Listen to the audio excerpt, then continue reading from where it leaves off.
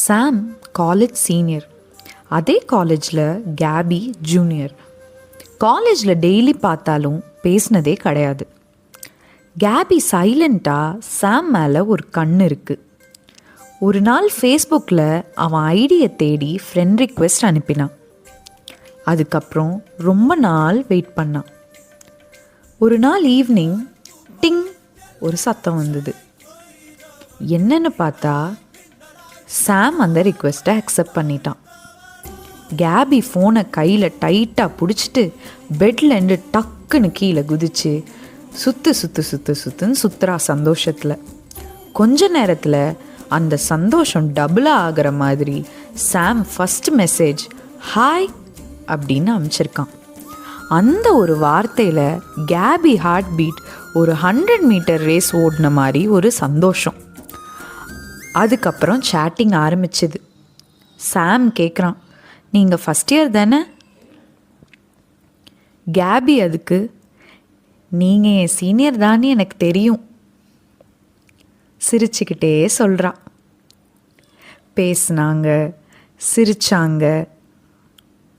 ஒரு மெசேஜில் ஒரே நாளில் டிஸ்டன்ஸ் குறைஞ்சிருச்சு.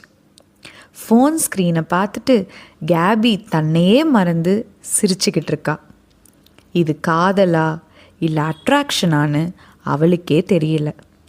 ஆனால் சாமோட பேர் மட்டும் அவள் மண்டைக்குள்ளே தேஞ்சு போன ரெக்கார்டர் மாதிரி ஓடிக்கிட்டே இருந்தது.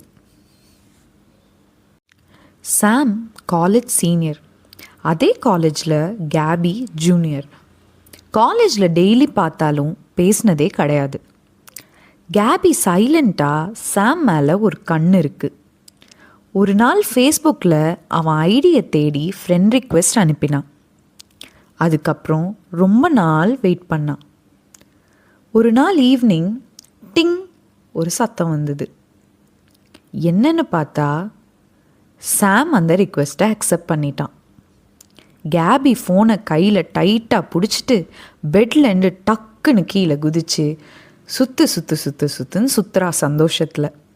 கொஞ்ச நேரத்தில் அந்த சந்தோஷம் டபுளாக ஆகிற மாதிரி சாம் ஃபஸ்ட் மெசேஜ் ஹாய் அப்படின்னு அனுப்பிச்சிருக்கான்.